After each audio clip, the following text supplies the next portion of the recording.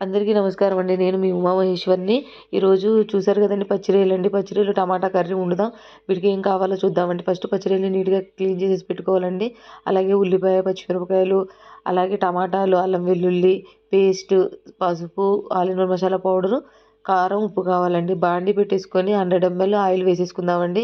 ఉల్లిపాయలని చిన్నగా కట్ చేసుకోవాలండి. పచ్చిమిరపకాయలు చీలికలుగా కట్ చేసుకొని వేపుకోవాలండి. వేపేటప్పుడే సాల్ట్ వేసుకుంటే ఉల్లిపాయ బాగా వేగుతుందండి. ఒక పెద్ద స్పూన్ సాల్ట్ వేసుకుందామండి ఉల్లిపాయ వేగడానికి. ఉల్లిపాయ బాగా వేగితేనే కూర చాలా టేస్టీగా ఉంటుందండి. చూసారు కదండీ!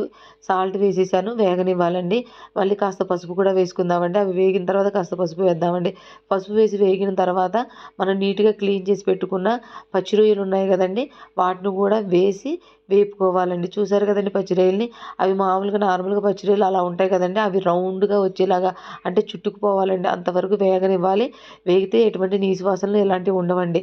పసుపులో వేసాం కదా! వేగుతుండాలండి. వేగేటప్పుడే కాస్త చూసారు కదండీ!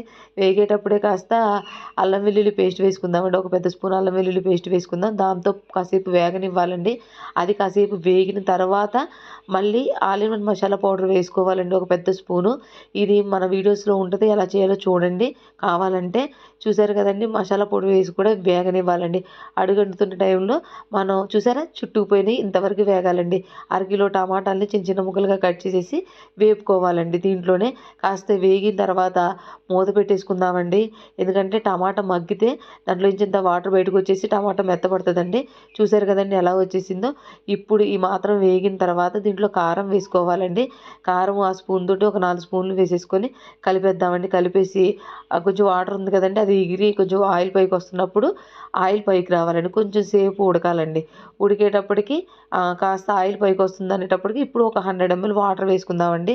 ఇది కావాలంటే ఆప్షనల్ అండి. లేకపోతే అలా కూడా కాస్త సిమ్‌లో పెట్టి మగ్గనిచ్చుకోవచ్చండి.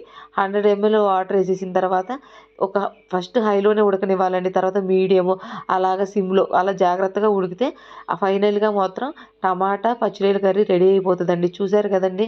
ఇంకా ఉడుకుతుందండి. ఇంకొంచెం సేపు అయితే టమాటా పచ్చిరొయ్యల కర్రీ రెడీ అయిపోయిందండి. చూసారు కదండీ! అంటే టమాటా ఇష్టపడే వాళ్ళకైతే ఈ కర్రీ చాలా చాలా ఇష్టం అని నేను అనుకుంటున్నాను. ఎందుకంటే నేను బాగా టమాటా తింటాననమాట. మీకోసం కూడా ఈ కర్రీ చేసి చూపించానండి. ఒకవేళ నచ్చితే మా వీడియోస్ కనుక మా ఛానల్‌ని సబ్స్క్రైబ్ చేసి, లైక్ చేసి, షేర్ చేయండి.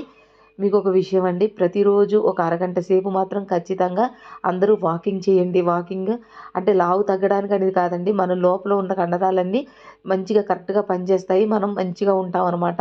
ఆరోగ్యానికి వాకింగ్ చాలా ఇంపార్టెంట్ అండి. దయచేసి వినండి. విని పాటించండి. ఉంటానండి మీ ఉమామహేశ్వరి.